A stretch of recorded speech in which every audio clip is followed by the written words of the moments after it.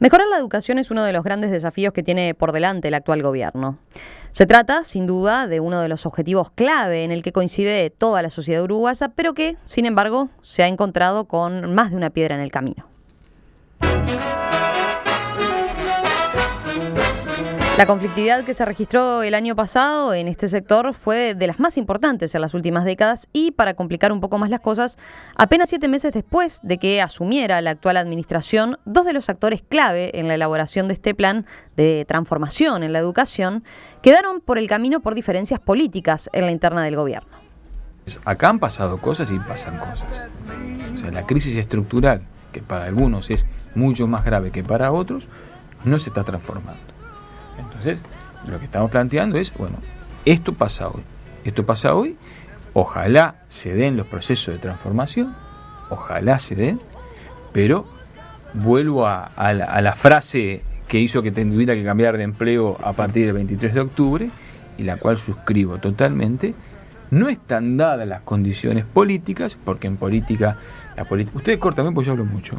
En política, para hacer política hay que ampliar la base social, hay que dirigir, hay que explicar, hay que convencer, hay que poner recursos, hay que generar cuadros intermedios que generen polea de transmisión para lograr los elementos, eso es el ABC de la política, hay que generar hegemonía, y nada de esas condiciones políticas están dadas para que se dé eso en esta perspectiva del 2016. Así hablaba la semana pasada, cuando lo entrevistábamos aquí en Perspectiva, el exdirector de Educación, Juan Pedro Mir. Recuerden, Mir fue destituido en octubre del año pasado por decir en una reunión política del Frente Liber Sereni que no estaban dadas las condiciones para realizar un cambio en el ADN de la educación, tal como lo había prometido el presidente Tabaré Vázquez en campaña. Pocos días después de su salida también se alejó el ex subsecretario de la cartera, Fernando Filgueira. Pero para conocer cómo mirar los desafíos que tiene por delante el gobierno en esta materia y saber cómo se llevará a cabo las transformaciones necesarias justamente para cumplir con este cambio en el ADN de la educación, es que recibimos a la ministra de Educación y Cultura, María Julia Muñoz, esta mañana aquí en Estudios. ¿Qué tal, ministra? ¿Cómo le va? Muy bien, un gusto estar con ustedes. Lo mismo, y gracias por venir en estas jornadas tan particulares. Se tomó unos poquitos días de descanso en verano. Muy poquito. Me voy a tomar la licencia en febrero. Bien. Para empezar y fijar adecuadamente el glosario de esta conversación, sería bueno preguntarle por ese concepto que se ha vuelto tan famoso, el del cambio del ADN de la educación, que ha formado parte de esta polémica. Ya se ha hablado un poco del tema, pero no está mal fijar de nuevo el concepto para seguir adelante con la charla. En su opinión y la del gobierno, ¿qué es el cambio de ADN en la educación? Bueno, en realidad es fácil de entender, y ya se habla del cambio de ADN en todas las situaciones en las que se quiere hablar de un cambio en profundidad. Es un cambio en profundidad en lo que tiene que ver con la concepción del proceso de enseñanza-aprendizaje. Es sabido por todos que tenemos un siglo XXI donde la tecnología de la información hace punta, donde las comunicaciones han cambiado sustantivamente, donde los jóvenes se interrelacionan por tecnologías de la información muy rápidamente, pero donde en realidad sigue vigente desde la dramaturgia de Shakespeare, ahora que estamos en el 400 aniversarios, hasta los sueños de Cervantes y del Quijote, que también estamos en el 400 aniversario. Así que eso hace muy compleja la interacción docente-estudiante, y en realidad creo que, le diría, fue mal presentado el programa, no por ustedes, sino porque de la educación, con 2 personas que se alejan, no se aleja nadie que sea clave. La educación, hay 60.000 personas trabajando para ella y hay que conquistar esas 60.000 cabezas. Y en realidad, lo dijo bien Mir, si no hay hegemonía no se puede hacer, por eso no se pueden hacer ningún cambio. Hegemonía quiere decir tener una cantidad de actores que estén de acuerdo con que es posible cambiar, y si, como él, no estaba de acuerdo en que era posible cambiar, tenía que estar afuera. Yo al principio me planteé si no había sido muy dura, pero después de oírlo creo que estuve muy bien, porque realmente si la gente no está convencida de lo que hace y no está convencida de que hay un buen equipo en la educación para llevar los cambios adelante, no puede ser polea de transmisión, como él dice, de nada. Así que está bien que esté afuera, no es el caso de Fernando. Fernando nos acompañó después en toda la transición y es una persona que no viene de las filas de la educación, pero sí es un analista del tema muy prestigioso y lo va a seguir siendo siempre. Entendió que su lugar no era el del campo político activo, pero son situaciones totalmente diferentes. Y creo que encaramos un 2016 con muy buenas perspectivas, porque el 2015, si bien tuvo una conflictividad muy alta en lo que tiene que ver con el relacionamiento sindical, por el tema salarial, por temas organizativos, también dio espacio para que las propias autoridades de los consejos de la propia ANEP prepararan desde la infraestructura hasta los programas en los cuales hay componentes innovadores que hacen al comenzar con un cambio en profundidad de la educación y fundamentalmente trabajando con una generación que ingresa hoy del 2016 a la enseñanza media y que esperemos sea la generación estrella de la cual ninguno de esos jóvenes se baje hasta no terminar el primer ciclo de la enseñanza media. Esa es la apuesta que comienza en el 2016 con la generación que va a empezar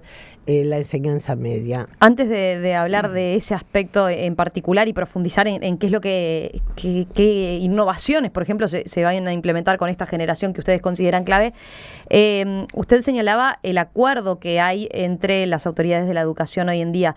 Sin embargo, cuando entrevistábamos al exdirector nacional de Educación, a Juan Pedro Mir, él opinó que con los cambios que surgieron luego de su salida y la de Filgueira del ministerio, quedó claro que la gestión de la educación a partir de ahora, dijo, quedó en manos del MPP. Escuchamos si le parece lo que decía. No, ya lo escuché varias veces, le digo la verdad que escucharlo otra vez para mí no tiene ningún sentido, es un absurdo. En realidad la única persona que es del MPP, pero no responde totalmente al MPP, sino responde al programa del Frente Amplio como debe ser, es el presidente del CODICEN. Una persona sola no hace nada, hay un equipo en el CODICEN, en el cual está integrada hasta la oposición ahora por voluntad de los docentes. O sea, entran actores importantes dentro del campo social que no son del Frente Amplio, y eso es muy bueno. La educación es de todos, no es de ningún sector del Frente Amplio y tampoco es del Frente Amplio. Bueno, pero hay actores, usted sabe que en el ámbito político que se hablan, así por ejemplo, como el año como en la administración pasada se habló de la visión de dos equipos de economía, bueno, ahora señalaban que hay otra disputa este año con este gobierno, hay otra disputa en la educación, y el Frente Liber Sereni en algunos casos, por lo que dejaba entrever Mira la educación, es que perdió terreno dentro de ese ámbito. Para nada, en realidad no es terreno de un sector del Frente Amplio de la educación. La educación no debe ser coto de casa de ningún partido político. En realidad, el partido de gobierno designa a 3 personas en el CODICEN, a 2 personas en los desconcentrados, que sí son de su confianza política y que necesariamente no tienen por qué ser del Frente Amplio. Son frente amplistas. Algunas de las personas que están en el CODICEN no sé qué votan. Hay 2 que sé que votan y uno vota el MPP y otro vota y otra vota el Partido Socialista y la tercera no sé qué vota, la verdad. Y después los 2 de los consejos desconcentrados adhieren al programa de gobierno, no sé qué votan. De todos modos, usted decía al inicio de la entrevista que estaba bien el alejamiento de Mir porque él pensaba que no podía llevar adelante los cambios. Sí. De todos modos, parecería que aquí hay una discusión previa que tiene que ver no tanto con si los cambios se pueden llevar adelante o no, sino cuáles son esos cambios que hay que llevar adelante. Y ahí sí parece que había una diferencia. No, grande. Para nada. No hay diferencia porque en realidad eso está escrito desde el Congreso del Frente Amplio. Eso no lo inventa Mir, no lo inventa Filgueira. Bueno, Mir había estado en la Comisión de Educación que estuvo trabajando en el programa del Frente Amplio, ¿no? Sí, claro, pero en realidad la Comisión de Educación tiene un centenar de personas, no un maestro aislado, no. Y usted dice que el programa del Frente Amplio contiene totalmente el germen de lo que desde la campaña se llamó el cambio de ADN en la educación. Se lo pregunto porque hay compromisos puntuales, por ejemplo, el que mencionábamos con respecto al seguimiento de determinadas generaciones, que no estaban allí, que fueron importantes durante la campaña, pero que surgen como propuestas programáticas de Vázquez desde el comando de campaña y no desde el programa del Frente Amplio. Están en el programa del Frente. Si lo lee detenidamente, en realidad la educación media, el primer ciclo de educación media está no solo en el programa del Frente Amplio, está en la Constitución de la República. Lo único que no se ha hecho efectivo, porque en realidad, si miramos, el país tiene un número de escuelas totalmente mucho mayor que el número de liceos, ¿verdad? Porque venimos acostumbrados a que el liceo se hace para entrar en la universidad y a la universidad se entra para ser doctor, generalmente.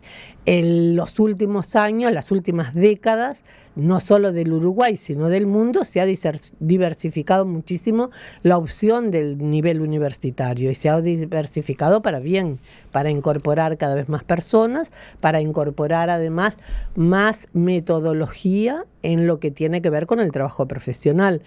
La mayor parte de ustedes son profesionales de ciencias de la educación, mientras que antes todo el periodismo era idóneo, ¿verdad? Se formaban con mayores, era una formación artesanal, hoy es una formación académica y científica. Bueno, así sucede en el resto de las carreras universitarias, y de ahí la diversificación y de ahí la necesidad de que la población en su conjunto, para elevar el nivel de desarrollo humano, necesite cumplir el primer ciclo de enseñanza media y acceder en mayor número posible al segundo ciclo de enseñanza media. Pero el primer ciclo es obligatorio. Ministra, otro aspecto que quedaba de manifiesto en la entrevista que hacíamos con Mir era que él señalaba que está claro que el rol del Ministerio de Educación y Cultura ha sido reducido a la mínima expresión y que indudablemente termina triunfando abiertamente una visión y que esa es la visión de la ANEP concretamente. Le pregunto a usted, a ver, como jerarca máxima de esta cartera, eso, mire, ¿cuál es el rol que va a tener el Ministerio de Educación? El que dice la Ley de Educación. Y la verdad que como jerarca máxima no me voy a poner a discutir con el ex director de una división del ministerio, o sea que en realidad terminé de hablar de Mir. Pero ¿hasta dónde va a ir? Hasta la Ley de Educación, querida. La Ley de Educación le asigna el rol de coordinación de todas las políticas al ministerio y va a ir hasta donde la ley le indica.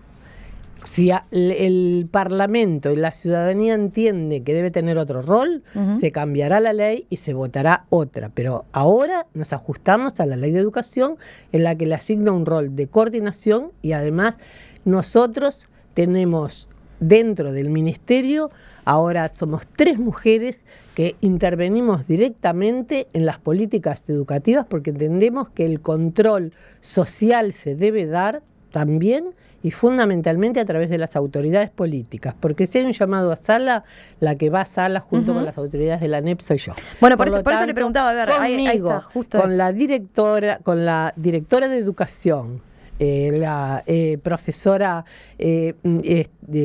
D'Angelo, con la subsecretaria, en realidad tenemos contacto permanente con todas las autoridades. El rol es el de coordinación, le repito, el de la Ley de Educación. Nadie inventa nada que no esté ajustado a derecho en el país. ¿En qué está hoy el proceso de reforma de la educación? Y en este año lectivo, por ejemplo, ¿qué cambios se va a poder ver? Muchísimos, porque se va a poder ver muchos cambios en todo lo que tiene que ver con la infraestructura, la creación de nueva planta física para la enseñanza media, el ajuste del control del estudiantado por medios electrónicos, por la tarjeta de estudiante para la enseñanza media, el control de asistencia también por tablet en los liceos para la enseñanza media. O sea, expliquemos eso, capaz que para los oyentes resulta novedoso. ¿Esos son cambios que se van a instrumentar a partir de este año? A partir de marzo del año 2016. O sea, el control de que el estudiante efectivamente depende de que se lo controle en el centro educativo, pero fundamentalmente depende de los padres. O sea, fundamentalmente depende de que el derecho a la educación se ejerce porque la familia tiene claro que es un derecho, pero que es una obligación enviarlo al centro de estudio.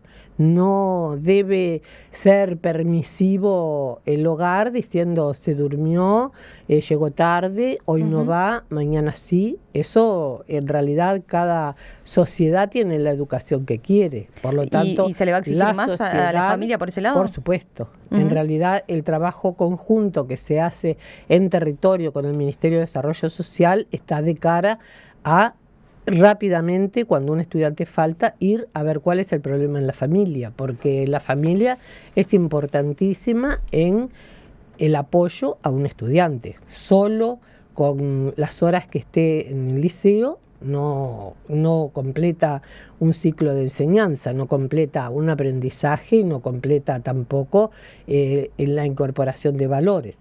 Y en realidad también se va a comenzar en este año con liceos de tiempo completo y liceos de tiempo extendido, que es una modalidad muy importante y que yo creo que la educación del futuro debe tender hacia eso, toda la educación a ser de tiempo completo.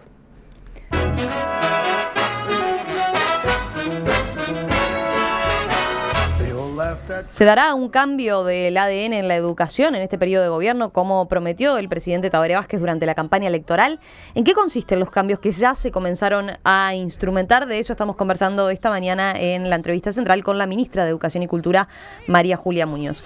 Ministra, hablábamos recién, dejábamos por lo menos un panorama planteado de lo que se ha comenzado a aplicar, en realidad lo que se va a efectivizar este 2016. Usted señalaba el tema del control de la asistencia, por ejemplo, a través de la tarjeta y medios electrónicos, ¿verdad? Como para determinar una alerta temprana, podríamos decir. Exactamente, una alerta temprana y concurrir rápidamente con apoyo del Ministerio de Desarrollo Social a el estudio y la incorporación del núcleo familiar al proceso de enseñanza-aprendizaje.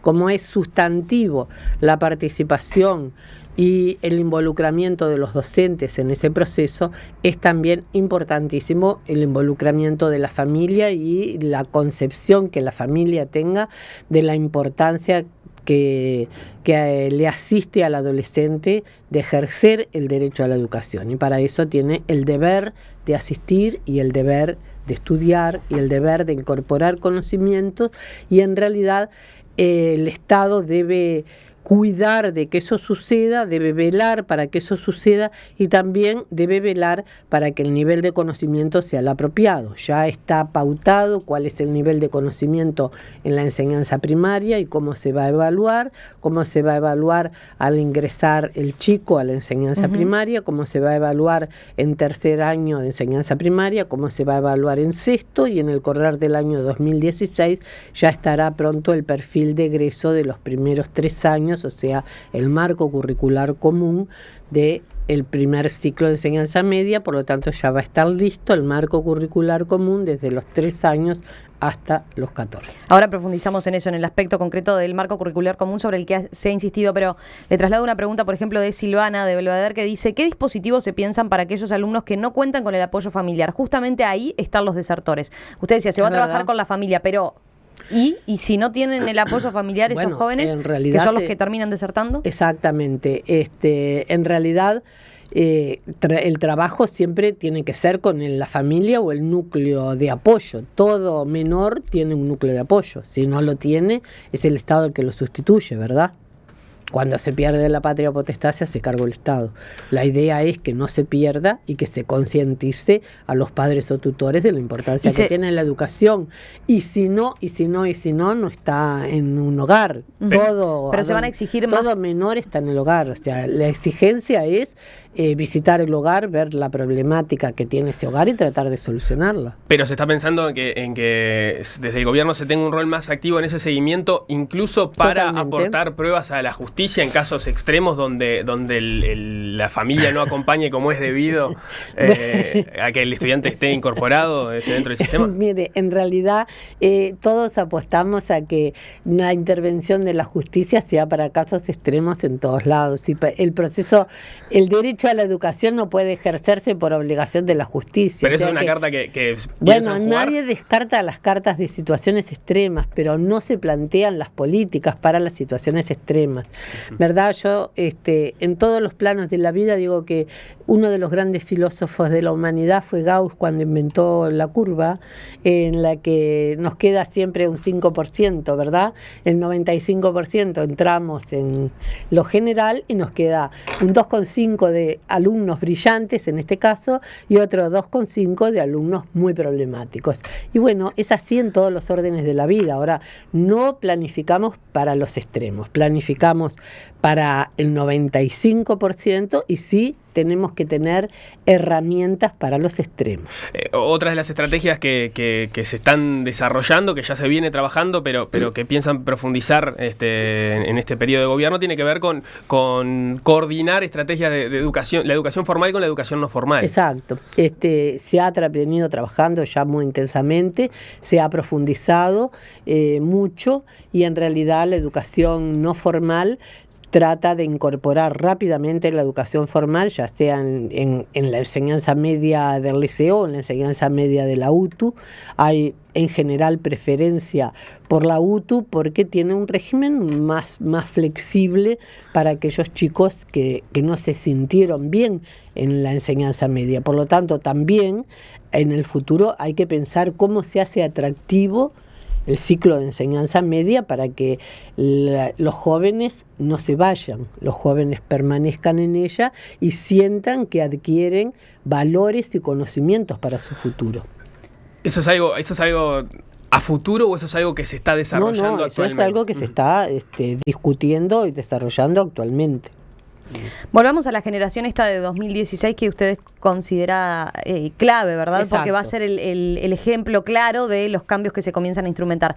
¿En qué otros aspectos, por ejemplo, estoy pensando en los oyentes que son padres o madres, van a poder ver reflejados esos cambios? Usted empezaba señalando, bueno, el tema de la incorporación del control de la asistencia por medio de la tecnología y esbozaba lo del marco curricular común. ¿Podemos explicar este concepto en lo concreto, en qué se baja a tierra, digamos, para el padre? Se baja a tierra para el padre en que sepa cuáles son los conocimientos, las habilidades y las destrezas que debe tener un chico a determinada edad. Cuáles son los conocimientos, habilidades y destrezas en el tercer año de escuela, en el sexto año de escuela y cuando egresa del primer ciclo de la enseñanza media. Dicho así, a uno le llama la atención o puede preguntarse, ¿pero cómo? ¿Eso no estaba hasta ahora? Eso no estaba claro hasta ahora, uniformizado para todos. Eso estaba hasta ahora porque en realidad tú y yo hemos aprobado la enseñanza primaria, la media, por eso, la y siempre terciaria estaban los programas y varios, a cumplir en determinados niveles, ¿no? Claro, pero en realidad cuando estudiábamos o cuando sometíamos últimamente a los chicos a test nacionales o internacionales, veíamos que el nivel de comprensión lectoescritora, el nivel de matemática, no porque todos tengamos que ser matemáticos en la vida, sino porque el conocimiento de la matemática nos lleva a un razonamiento lógico que después nos sirve para aplicar en la vida cotidiana y en el trabajo. En realidad hay que reconocer y dar a conocer a los padres, pero también a los jóvenes, que el mundo del trabajo y que la satisfacción personal de una persona cada vez tiene más que ver con el capital cultural que se adquiere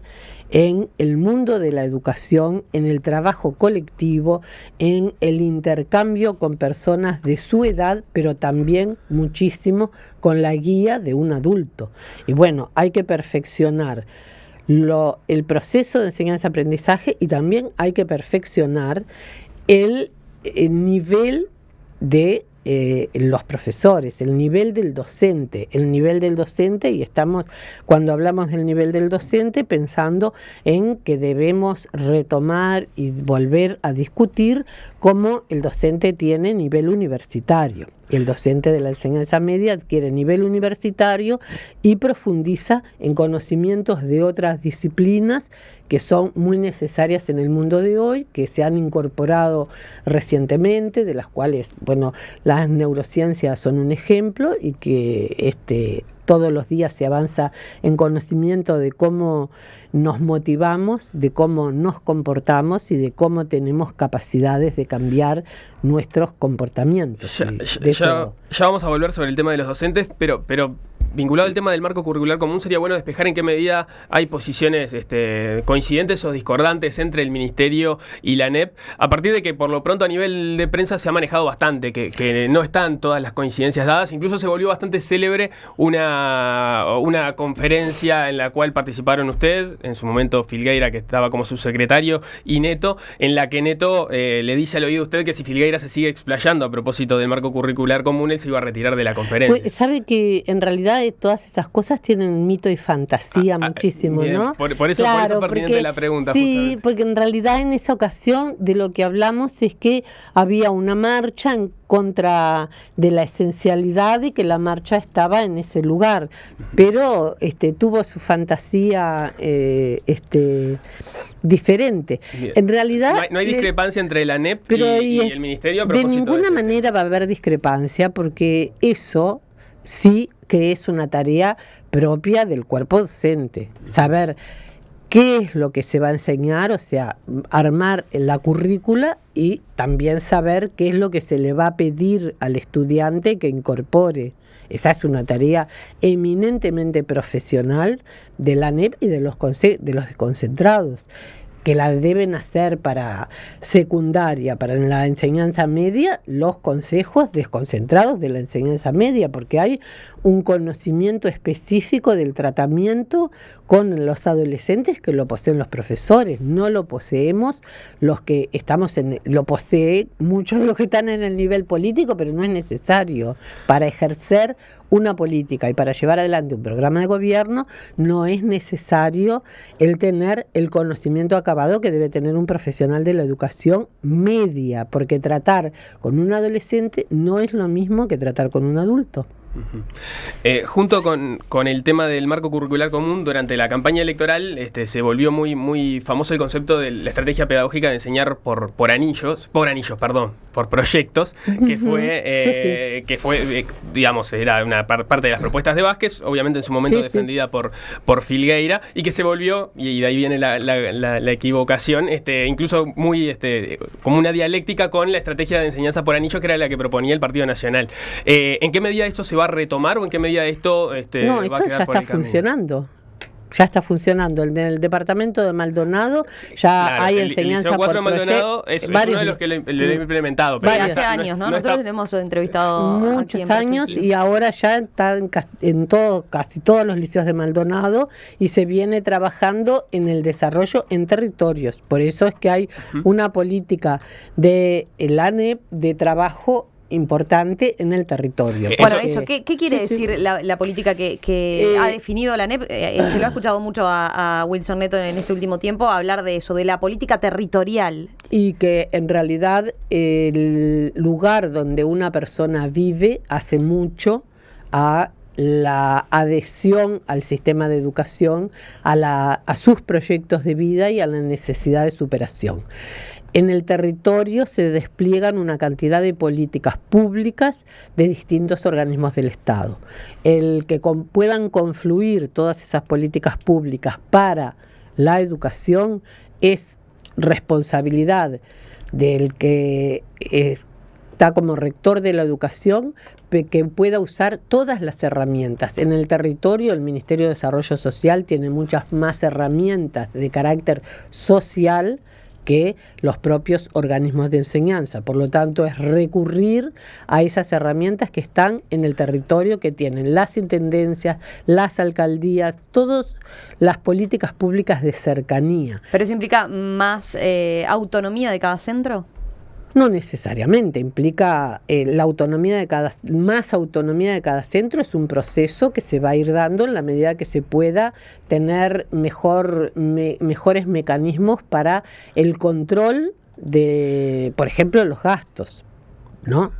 que es en realidad lo que se reclama más que nada la autonomía.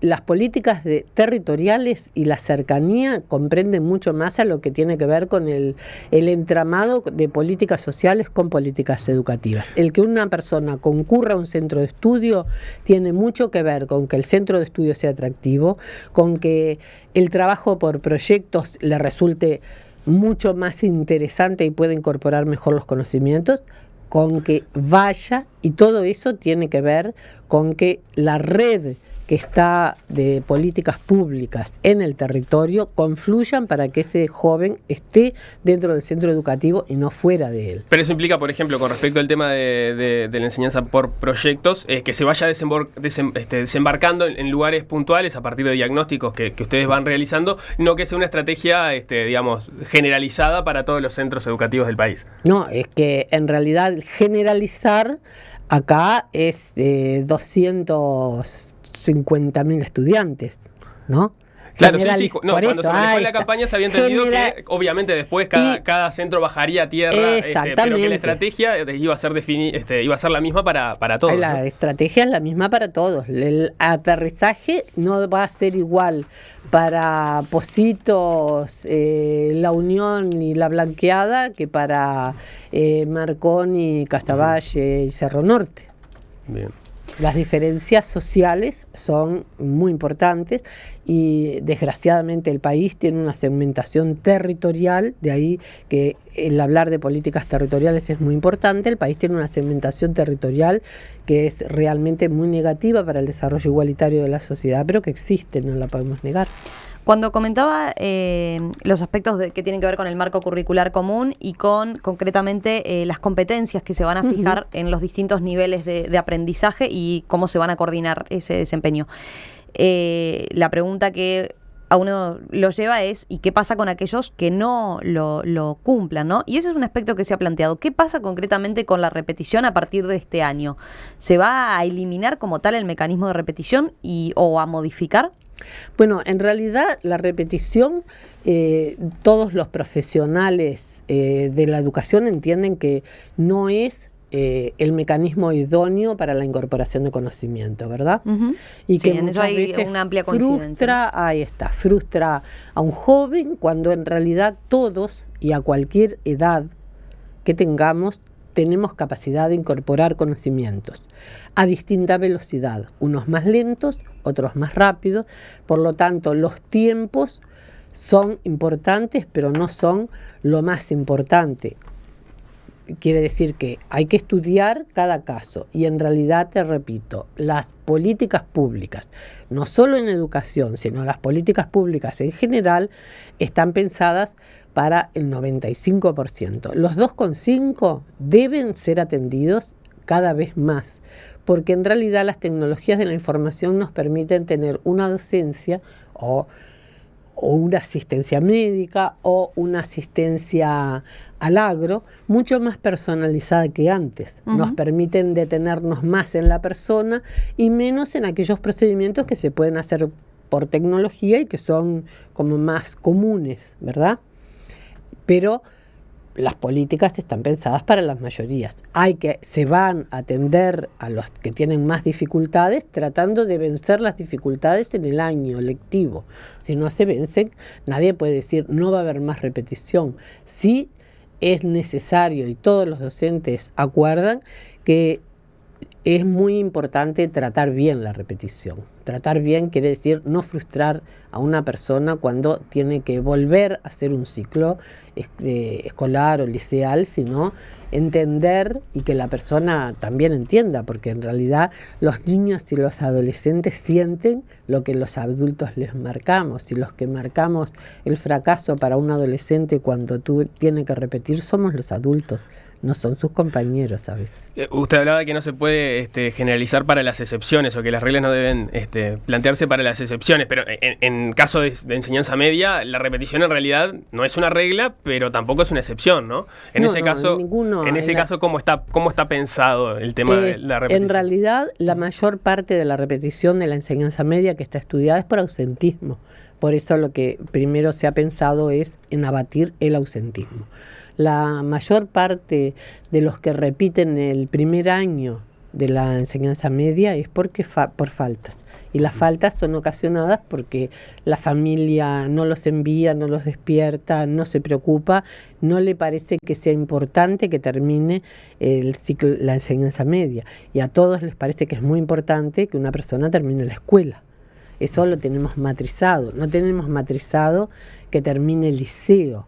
El liceo estaba pensado y todavía sigue en la sociedad para los que íbamos a ir a la universidad. Si no ibas a ir a la universidad y no terminabas el liceo, no importa, terminaste la escuela. Hoy el mundo y el Uruguay nos necesita formados de otra manera.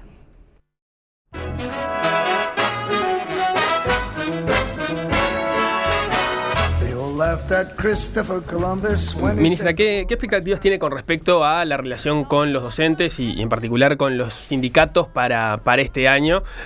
Pienso en que, por ejemplo, el tema salarial parece que fue un foco de conflictividad grande para el 2015, parece estar resuelto a partir del acuerdo al que se llegó y que por lo menos asegura o tiene incluido una cláusula de paz por 2 años. ¿Usted qué espera para el 2016 con respecto al relacionamiento con los docentes? Bueno, que transitemos un buen año de trabajo conjunto en el que todos podamos aportar a la mejora del proceso de enseñanza-aprendizaje. Los sindicatos es fundamental su aporte y es fundamental el involucramiento. En realidad, esta tarea que incorpora a 60.000 personas en el escenario no se hace sin los docentes y no se hace sin los sindicatos como expresión de los docentes organizados, que todos hemos tenido muchos episodios para reflexionar en cuál es la mejor manera de ponernos de acuerdo. ¿Y usted qué ha reflexionado? Y en realidad eso? Creo que todos nos ha quedado claro que debemos saldar las diferencias en el diálogo y no haciendo perder clases a los estudiantes. Usted dice que los sindicatos ya a partir del último conflicto ¿tomaron esa decisión? O sea, ¿o entendieron el perjuicio que puede tener? En realidad, mire, yo creo que el cuerpo docente lo hizo entender, porque en los organismos de dirección hay personas, y bienvenidos sean, que no están dentro de las gremiales de los docentes. O sea, el voto en blanco y el voto a otras expresiones del trabajo así lo indican. Creo que todos tenemos... Por ejemplo, está hablando de la integración de Robert Silva. Estoy hablando de Robert Silva, que en realidad creo que es una persona dedicada a la educación con un muy buen bagaje de conocimiento, que me parece que ya representaba al Ministerio de Educación y Cultura en el Instituto Nacional de Evaluación Docente y que ahora se ganó por su propio peso dentro de los docentes un lugar en el CODICEM. ¿El gobierno lo vio como una buena noticia que Silva haya conseguido ese lugar? Yo que es una persona, yo de lo poco que lo conozco, porque me ha tocado trabajar en este campo desde hace un año, me parece una persona seria y realmente comprometida con la educación. Creo que es una buena cosa su participación a nivel de CODICENSI. ¿Cuáles son las estrategias que piensan desarrollar para entusiasmar a los docentes con esos cambios que vienen a proponer desde el gobierno para transformar la educación? Bueno, en primer lugar, con que el docente vea que tiene perspectivas personales. Creo que la mayor parte de los docentes, el 99,9%, siempre hay excepciones en todas las profesiones, es gente que ama lo que hace, que le gusta la docencia y por eso es profesor. Pero creo que también hay que darles perspectivas de mejora en la carrera, que mejoran el reconocimiento social, el acceso al nivel universitario. Es una de las prioridades que nos marcamos para el debate con ellos en el 2016. En el convenio que finalmente se terminó firmando por parte de los gremios, donde no se cambió la posición última, ¿verdad? La propuesta económica que hizo el gobierno, y así, bueno, puede leerse como un triunfo del Poder Ejecutivo en ese sentido. Se establece que los docentes firman esto que se llama la paz sindical, pero eso comprende, o sea, no hacer paros, solo lo que tiene que ver con los reclamos en materia salariales, ¿no? Hay un aspecto, por ejemplo, que puede quedar por fuera, que es las condiciones de trabajo o, por ejemplo, un aspecto que entiendo que se había considerado en los cambios que se pretendían instrumentar, que es la elección de horas docente en secundaria. Allí sí puede haber conflicto nuevamente. Bueno, en realidad la idea es que no existan conflictos por esos temas, no necesariamente que no exista más conflictividad. Sí que los conflictos se resuelvan mediante el diálogo y no mediante los paros. Todos vimos de un lado o del otro lo negativo que es dejar estudiantes sin docentes. Todos, los gremios y el Ejecutivo. Es muy negativo y en realidad debemos... ¿Qué evaluación terminaron haciendo ustedes respecto a eso? Al perjuicio el perjuicio es para los estudiantes y todos nos debemos a los estudiantes. Porque la educación... Pero se vio, por ejemplo, reflejado en el nivel de deserción, porque ahí hay distintas posturas, han surgido. No en el nivel de deserción, el nivel de aprendizaje no es lo mismo con más o con menos días de clase. Porque en realidad si un gremio dice no importa las faltas o no importa que durante un mes no se haya dado clase, se puede decir, bueno, entonces el profesor ¿para qué está? Había dirigentes gremiales que decían, bueno, lo que se hizo fue adaptar el programa a algo similar a lo que se hace cuando falta un estudiante, ¿no? 15 días por enfermedad, y bueno, lo que se hace es acompañarlo o adaptar justamente el programa. Ese era uno de los argumentos que nosotros escuchamos. Pero no es un argumento para el colectivo, ¿verdad? Es un argumento individual. Para un estudiante que falta se adapta el programa, pero para todos los estudiantes es muy negativo más de un mes sin clases y con la perplejidad de que si mañana hay o no hay, con la amenaza de huelga por tiempo indeterminado. Creo que no es la manera no de conducir la educación, sino de hacer la educación. No es la manera de encarar la educación. ¿Cuánto se junta con el presidente Vázquez para hablar, no de los conflictos más políticos, sino para hablar de estas estrategias sobre la transformación de la educación? ¿Y con quiénes se juntan si lo hacen?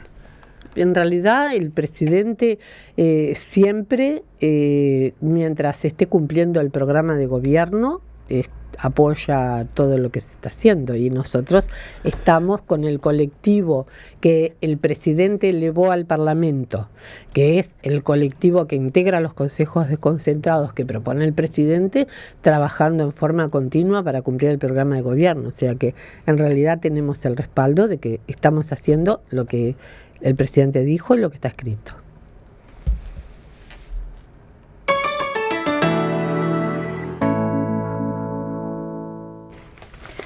Ministra María Julia Muñoz, ha sido un gusto conversar esta mañana con usted y bueno, seguimos atentos a todo lo que se viene entonces en este cambio, en esta generación 2016 y cómo evolucionan estos aspectos de los que hemos conversado. Muchísimas gracias, ha sido un gusto estar con ustedes.